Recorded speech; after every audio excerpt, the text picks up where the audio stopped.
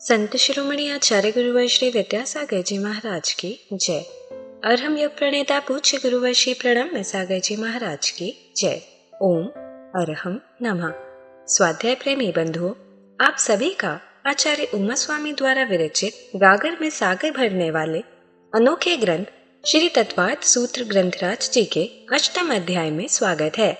आवश्यक सूचना, श्री तत्वार्थ सूत्र जी के अध्याय 8 की मौखिक सूत्र पाठन परीक्षा 24 अगस्त 2024 से होना निश्चित की गई है। आज ही रजिस्टर करें go.arham.yoga/सूत्रपाठ 2 पर या QR कोड को स्कैन करें। रजिस्ट्रेशन की अंतिम तिथि 30 जून 2024 है। अब हम अपने अतिशय पुण्य फल से कर्मबंध विज्ञान अध्याय 8 के स्वाध्याय में कर्मबंध के बारे में जान सकेंगे। जो नए स्वाध्याय प्रेमी अब हमारे साथ जुड़ रहे हैं, वह पुराने स्वाध्याय के छूटने का विकल्प न करें। निश्चिंत भाव से स्वाध्याय करें। मुनिश्री की सरल सरसवाणी में उन्हें यह जटिल विषय भी बड़ी आसानी से समझ में आ जाएगा। स्वाध्याय प्रारंभ करने से पहले हम अध्याय 8 का सूत्र पाठ करते हैं ताकि हम इन्हें कंठस्थ कर सके। यदि आपने पिछले अध्यायों की मौखिक सूत्र पाठ परीक्षा नहीं दी है तो भी आपको यह पाठ अवश्य करना चाहिए और इन्हें कंठस्थ करने का प्रयास भी करना चाहिए। मोक्ष मार्गस्य नेतारं भेत्तारं कर्म भूव्रतां ज्ञातारं विश्वतत्त्वानां वन्दे तद्गुणलब्धये।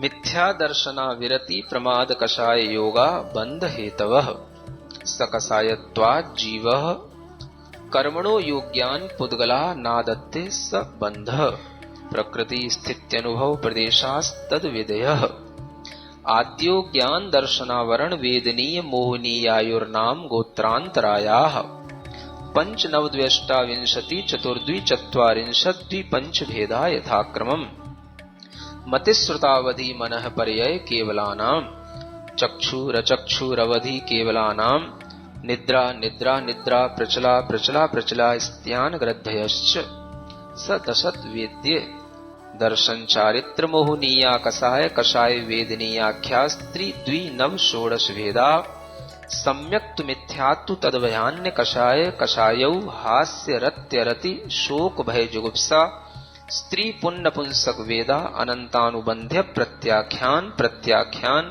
संजुलन विकल्पाश्चैकशः क्रोधमान माया लोभा नारक्तैर्यज्ञोन्मानुषदैवानि गतिजाति शरीरांगोपांग निर्माण बंधन संघात संस्थान सहनन स्पर्श रस गंधान गंध वर्णानुपूर्व्य गुरु लघुपघात परघाता तपोद्योतोच्छ्वास विहायोगते प्रत्येक शरीर त्रस्सुभग सुस्वर शुभ सूक्ष्म पर्याप्ति स्थिरादे यशः कीर्ति सेतराणि तीर्थकरत्वं च उच्चैर्नीचैश्च दानलाभ भोगोपभोग वीर्याणाम् आदितस्तिसृणामन्तरायस्य च 30 सागरोपम कोटि कोट्यः परा स्थितिः सप्ततिर्मोहनीयस्य 20 नाम गोत्रयोः 33 सागरोपमाण्यायुषः अपरा 12 मुहूर्ता वेदनीयस्य नाम गोत्रयोरष्टौ शेषाणा मन्तर्मुहूर्ताः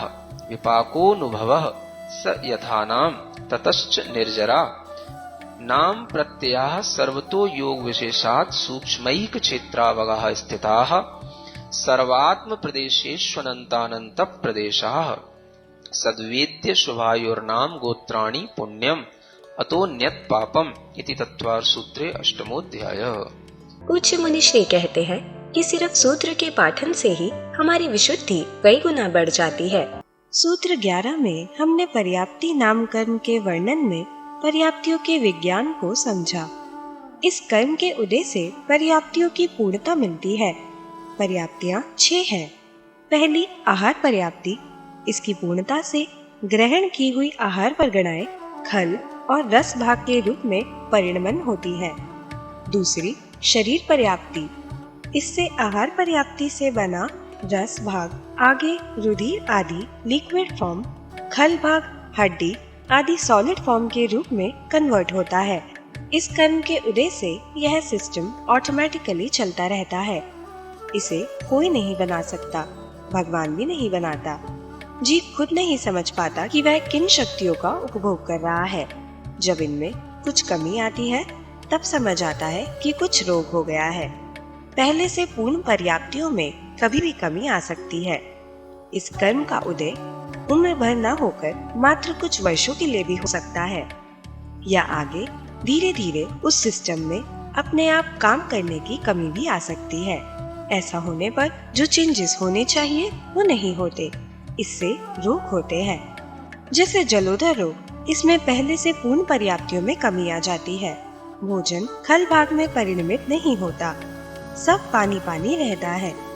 मुनिश्री ने इस योग से पीड़ित एक युवा जैन पेशेंट के विषय में बताया।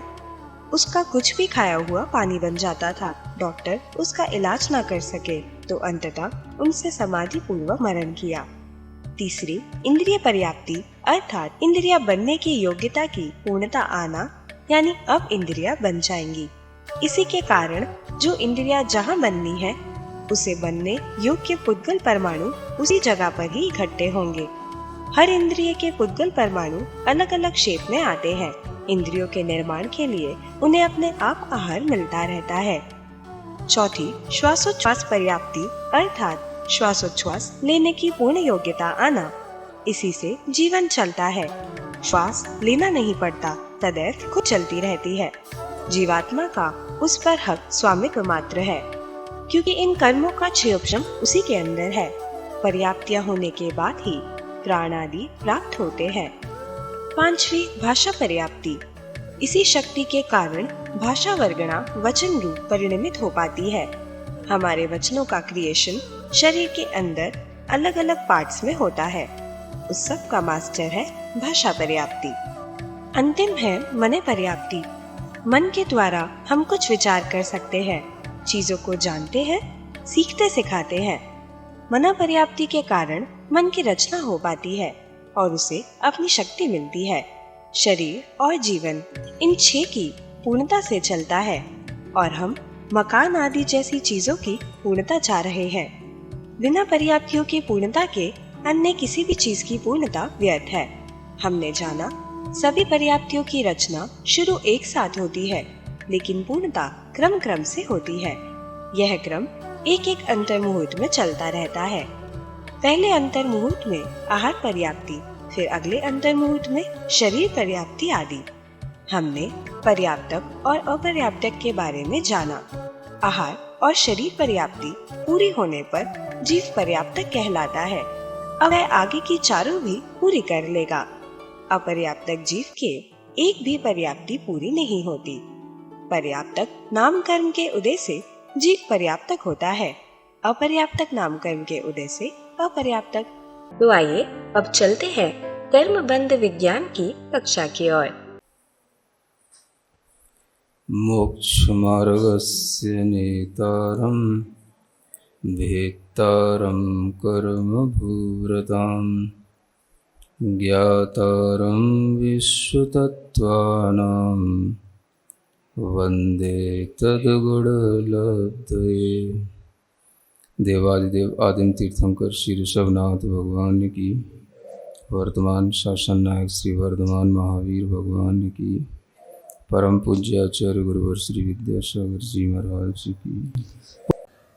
अगर ये ना होता तो कोई भी जीव श्वास ले नहीं सकता, श्वास के अभाव में वो अपना जीवन जी नहीं सकता, और श्वास के कारण से ही जो जीवन चल रहा है वो जीवन इस श्वासोच्छ्वास पर्याप्ति से चलता है। पर्याप्ति होगी तभी जाकर के उसके लिए जो प्राण आदि हैं वो उसके लिए प्राप्त होते हैं।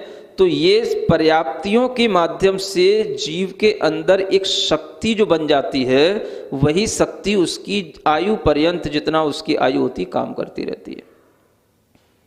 इनका महत्व समझें आप। 6 जो पर्याप्तियां हैं, आयु श्वासोच्छ्वास पर्याप्ति के बाद में फिर आती है भाषा पर्याप्ति।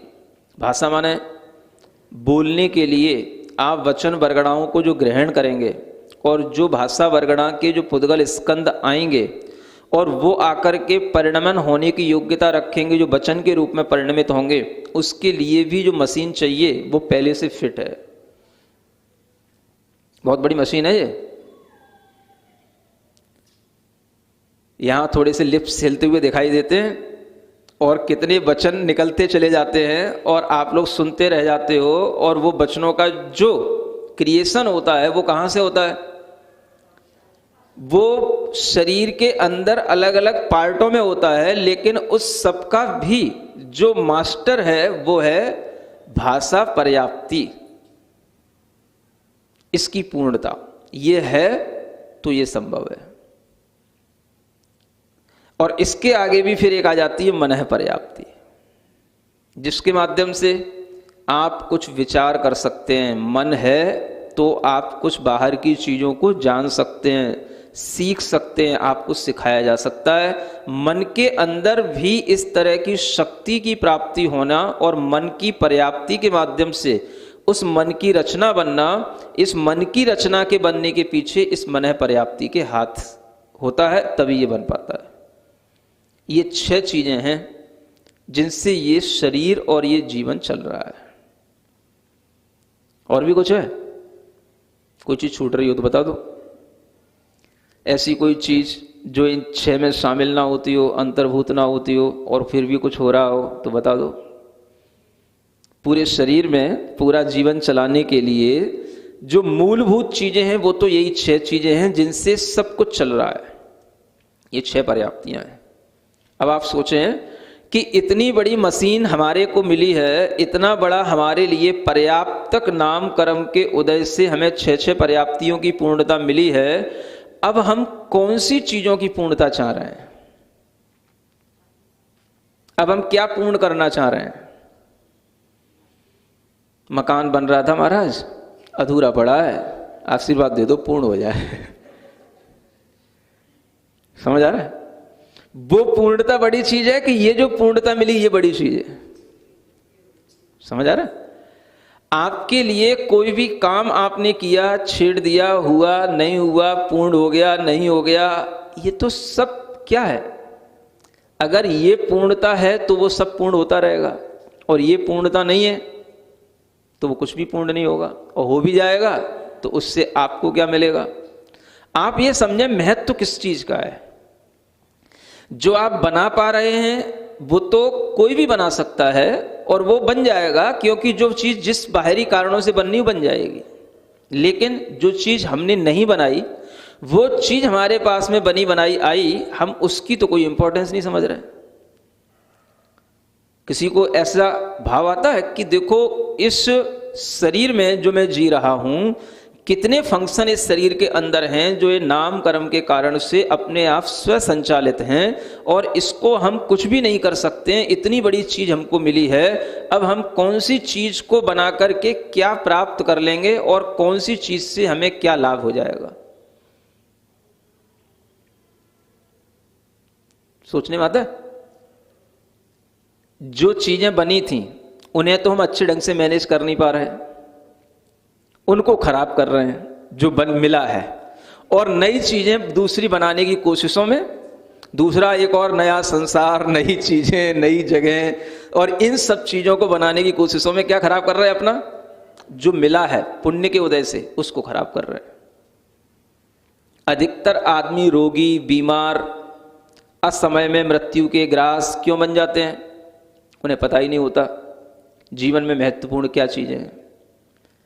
इन पर्याप्तियों को जो हम बना नहीं सकते, कोई भी हमारे लिए बना करके दे नहीं सकता, वो हमें अपने आप बनी बनाई मिली तो हम ये दुनिया देख पा रहे हैं, जी पा रहे हैं। हम पहले इन्हीं को तो अच्छे ढंग से मैनेज करें, जो चल रहा है उसी की तो महत्वता समझें, और जो बाहर की चीजें हैं, जो नई चीजें हम बनाना चाह रहे हैं, वो तो कभी भी बन सकती हैं, कोई भी बना सकता है, वो बनाना कठिन बात नहीं है। लेकिन जो चीज कठिन है, कठिन ही नहीं अत्यंत दुर्लभ है, उस चीज पर अगर हमारा ध्यान नहीं तो फिर हमें कभी इन नाम कर्म के महत्व के माध्यम से अपने कर्म फल का कभी भी ज्ञान नहीं हो सकता है। ये महत्वपूर्ण चीज है। इसलिए पर्याप्ति नाम कर्म के उदय में जीव इन सब योग्यताओं को प्राप्त कर लेगा तो जीवन जी पाता है। नहीं होता है, कब जीव का जन्म कहाँ हो जाए और कहाँ पर वह अंतर मुहूर्त भी नहीं हो पाता और मरण को प्राप्त हो जाए, एक भी पर्याप्ति पूर्ण नहीं कर पाता, जो अपर्याप्त नाम कर्म के उदय वाले जीव होते हैं उनकी आयु श्वास का 18वां भाग होती है। कितनी? एक श्वास में 8-10 बार। ये सभी अपर्याप्तक जीवों के साथ होता है। एक इंद्रिय भी होगा अपर्याप्तक हो सकता है, द्विइंद्रिय भी अपर्याप्तक, 3 इंद्रिय भी, 4 इंद्रिय, पंचेंद्रिय भी अपर्याप्तक होते हैं। पंचेंद्रिय मनुष्य भी अपर्याप्तक होते हैं। अब आप सोचो, जिसको मनुष्य आयु का बंद हो गया, मनुष्य गति नाम कर्म के उदय से मनुष्य का शरीर मिलने लग गया, लेकिन वह श्वास के 18वें भाग में ही जी करके मर गया, क्या उसने पा लिया? कोई भी पर्याप्ति पूर्ण कर ही नहीं पाया। पता भी नहीं रहेगा कहां पे जन्म ले लिया और कहां मर गया वो तो।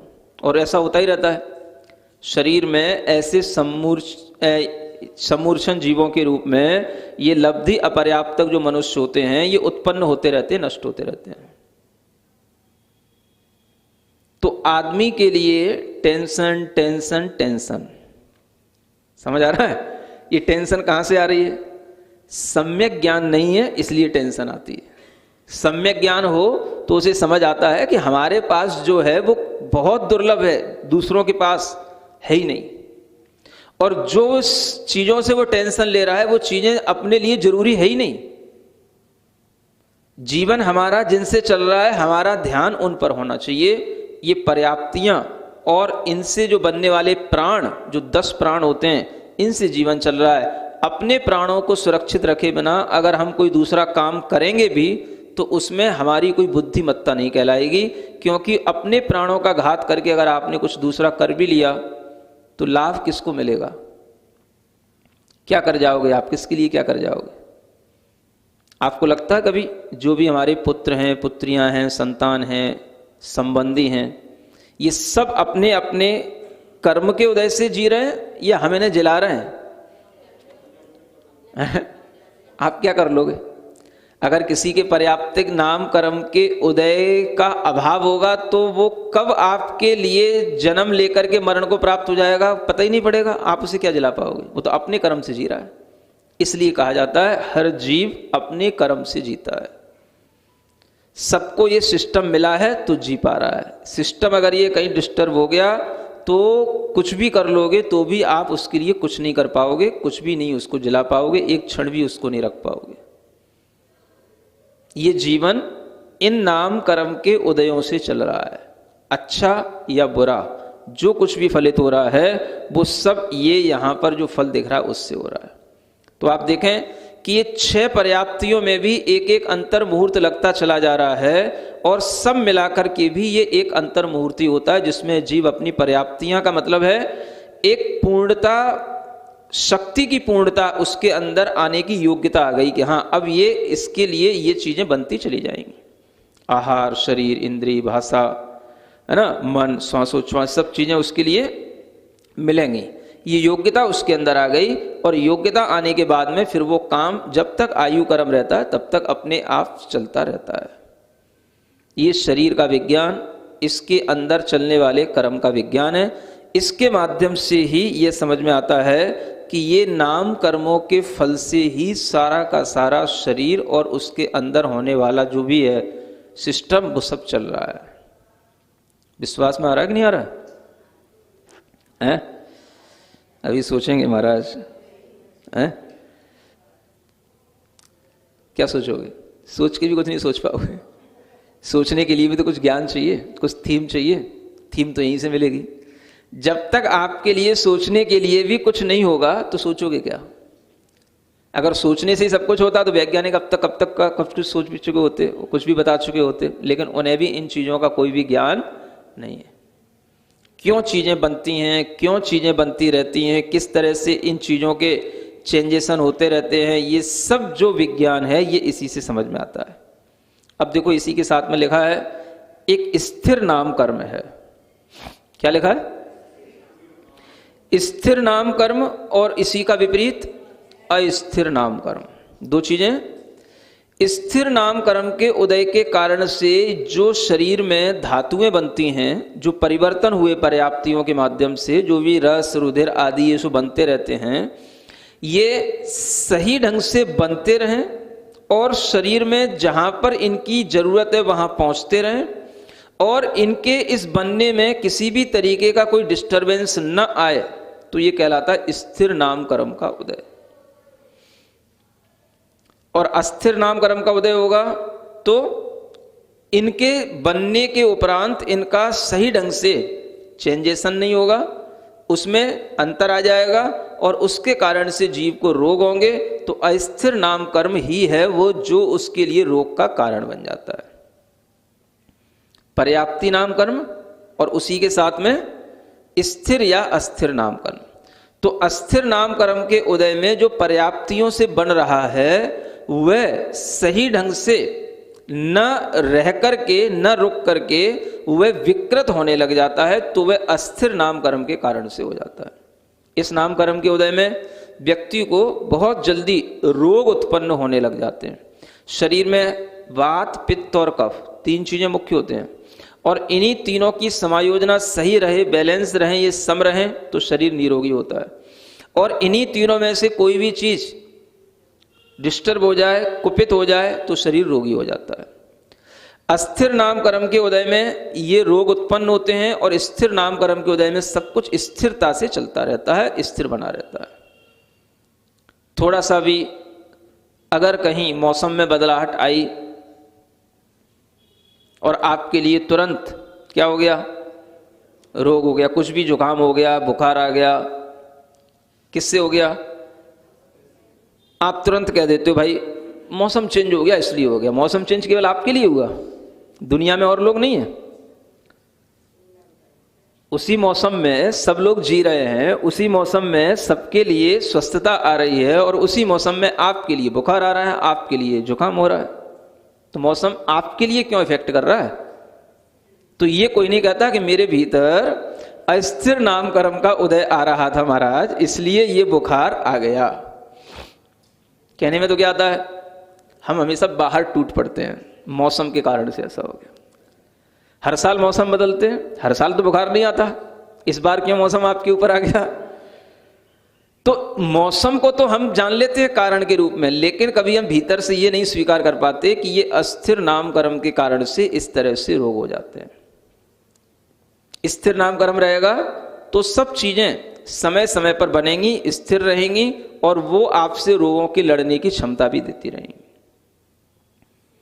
कुछ लोग खा पी करके भी रोगी बने रहते हैं, कुछ लोग बिना खाए हुए भी निरोगी बने रहते हैं। नहीं समझ आ रहा? किसके कारण से? इस कर्म को याद रखना। स्थिर नाम कर्म के उदय में अपने आप सब चीजें स्थिर बनी रहेंगी। वात, पित्त, कफ ज्यों का त्यों जैसा है सम बना रहेगा। और अस्थिर का मतलब ही है वो चलायमान हो गया, थोड़ा सा भी कुछ हुआ कष्ट का कारण हो गया। किसके कारण से? अस्थिर नाम कर्म के कारण से। ये वो कर्म हैं जिसके कारण से जो शरीर में बनने वाली वात, पित्त, कफ हैं वो समायोजित रहें या डिस्टर्ब हो जाएं। इन दोनों कर्मों के फल से ये सब चीजें चलती हैं। तो ये पर्याप्ति से भी बढ़कर के कर्म है। पर्याप्ति तो उसके पीछे काम करने वाला एक बैक सिस्टम है, लेकिन उसके साथ साथ इन कर्मों की महत्वपूर्ण भूमिका है जो इस सिस्टम को डिस्टर्ब कर देते हैं। तो अगर आपके लिए कोरोना इफेक्ट करेगा तो कोरोना भी इफेक्ट कब करेगा? जब आपको अस्थिर नाम कर्म का उदय होगा। समझ आ रहा है? अस्थिर, भीतर से सब कुछ अस्थिर होगा और स्थिर नाम कर्म का उदय होगा तो कोरोना तो सब जगह चल रहा है। कौन सी ऐसी जगह जहां कोरोना नहीं है? अगर वो वातावरण में ही रहता है तो वातावरण में तो हर जगह हर समय पर रहेगा और उस वातावरण से श्वास के माध्यम से आता है, सब कोई श्वास ले रहा है। तो कभी हम इधर भी थोड़ा सा ध्यान दें। कर्मों के ये जो उदय हैं इनके कारण से ही ये शरीर में सब चीजें चलती हैं। तो स्थिर और अस्थिर ये दोनों ही कर्म स्वास्थ्य और अस्वास्थ्य दोनों के लिए कारण हैं। इसलिए इन कर्मों की उपादेयता ध्यान में रखते हुए इनका फल देखें और इनका कार्य देखें। ठीक है, आज इतना ही हुआ है, थोड़ा सा और बचा है, आगे करेंगे। ओम अरहम नमः। तो चलिए आज की कक्षा की एक क्विक रिवीजन कर लेते हैं। नामकरण के वर्णन में मुनिश्री ने समझाया, हम मकान आदि बनाने को तो महत्व देते हैं, पर जो चीजें हमें मिली है पर हमने बनाई नहीं है, उनकी इम्पोर्टेंस नहीं समझते।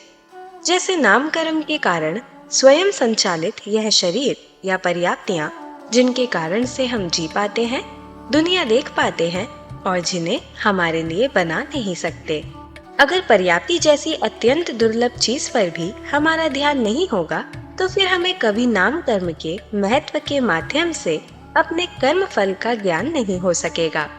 दूसरी नई चीजें या एक नया संसार बनाने की कोशिश में जो हमें पुण्य के उदय से मिला है, हम उन सब चीजों को भी अच्छे ढंग से मैनेज कर नहीं पा रहे हैं और अधिकतर आदमी रोगी, बीमारी और समय में मृत्यु का ग्रास बन जाते हैं। अपर्याप्तक जीव तो श्वास के 18वें भाग में ही मरण को प्राप्त हो जाता है। सभी 1 से 5 इंद्रिय जीव अपर्याप्तक हो सकते हैं, मनुष्य भी अपर्याप्तक होते हैं। वह मनुष्य आयु का बंध करके मनुष्य गति के उदय से मनुष्य का शरीर मिलने पर भी पर्याप्तियां पूर्ण नहीं कर पाते और श्वास के 18वें भाग में ही जीकर मर जाते हैं।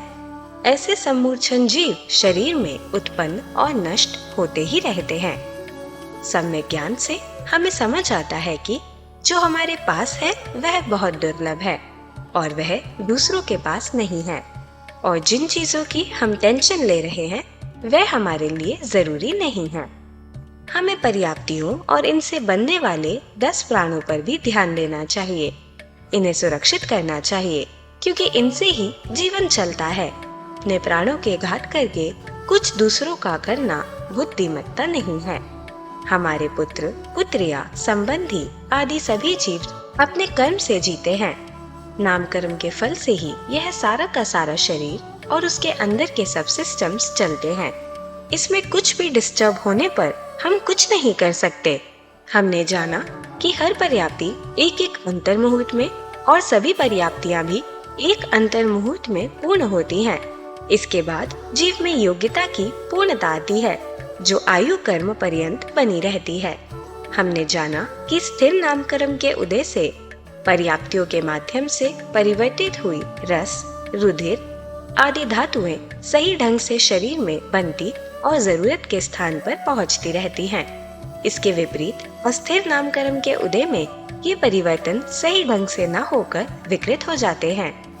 शरीर वात, पित्त, कफ की समायोजना बैलेंस रहने से निरोगी रहता है और इनमें कुछ भी डिस्टर्ब होने से रोगी हो जाता है। स्थिर नामकर्म में ये सम या स्थिरता बनी रहती है। अस्थिर नामकर्म के उदय में ये चलायमान हो जाता है, जिससे बहुत जल्द रोग उत्पन्न होते हैं। जब हमें जुकाम या बुखार आता है तो हम उसका कारण अस्थिर नामकर्म नहीं स्वीकारते, बल्कि मौसम आदि बदलना मानते हैं। जबकि मौसम तो सबके लिए बदलता है, फिर भी इफेक्ट सिर्फ हमें क्यों होता है? स्थिर नामकर्म के उदय में रोगों के लड़ने की क्षमता भी बनी रहती है। कुछ लोग खा पी करके भी रोगी बने रहते हैं, कुछ लोग बिना खाए हुए भी निरोगी रहते हैं। स्थिर नामकर्म स्वास्थ्य और अस्थिर नामकर्म अस्वास्थ्य के लिए कारण है। ये दोनों कर्म पर्याप्तियों से भी बढ़कर हैं। पर्याप्ति तो एक बैक सिस्टम है जिसे ये कर्म डिस्टर्ब कर देते हैं। वातावरण में हर जगह कोरोना होने के बाद भी यह हमें तभी इफेक्ट करेगा जब हमारा अस्थिर नामकर्म का उदय होगा। तो चलिए अब हम सभी जिनवाणी स्तुति करेंगे और तत्पश्चात समय होगा आज के सवाल का।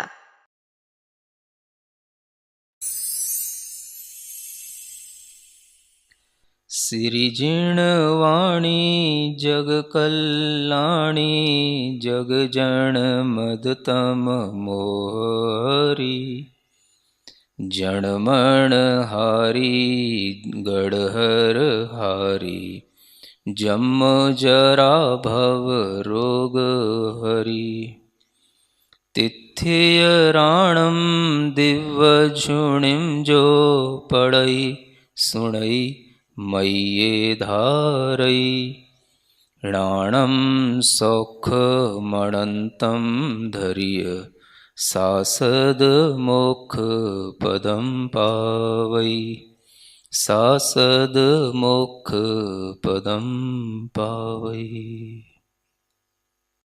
अब समय है आज के प्रतियोगिता प्रश्न में भाग लेकर आकर्षक पुरस्कार जीतने का। आप अपने फोन को क्यूआर कोड स्कैन करने के लिए तैयार रखें या दिए गए लिंक पे जाएं। आप अपना उत्तर चुनकर हमें कल शाम 5 बजे तक भेज सकते हैं। 3 भाग्यशाली विजेताओं को मिलेंगे आकर्षक पुरस्कार। विजेताओं का नाम इसी कार्यक्रम में हर रविवार को घोषित किया जाएगा। साथ ही सभी प्रश्नों के सही उत्तर भी बताए जाएंगे। आज का सवाल है, अपर्याप्तक जीवों की आयु कितनी होती है? एक अंतर मुहूर्त, एक श्वास का 18वां भाग, एक कोड़ा कोड़ी सागर, एक पल्य। अध्याय 8 की कक्षा 38 के आज के सवाल का सही उत्तर है इंद्रिय पर्याप्ति। अगर आप किसी कारणवश कोड को स्कैन ना कर पाए हों तो आप क्लास की वेबसाइट पर जाकर भी उन्हें अटेम्प्ट कर सकते हैं। इस लिंक पर जाएं या क्यूआर कोड को स्कैन करें।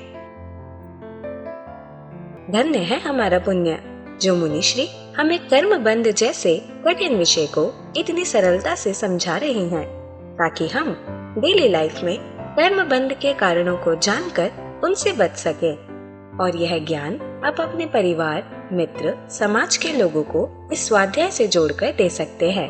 आप उन्हें हमारी वेबसाइट etv.arham.yoga शेयर करें और वह इन सभी क्लासेस को एक साथ एक्सेस कर सकते हैं। अभ्यास प्रश्न करके अपने ज्ञान को प्रगाढ़ बनाने का मौका और आज के सवाल में पुरस्कार जीतने का सौभाग्य भी मिलेगा। तो आज ही अपने बच्चों को, मित्रगणों को और परिवारजनों को इससे जोड़ें और अपना और उनका पुण्य बढ़ाएं। ओम अरहम नमः।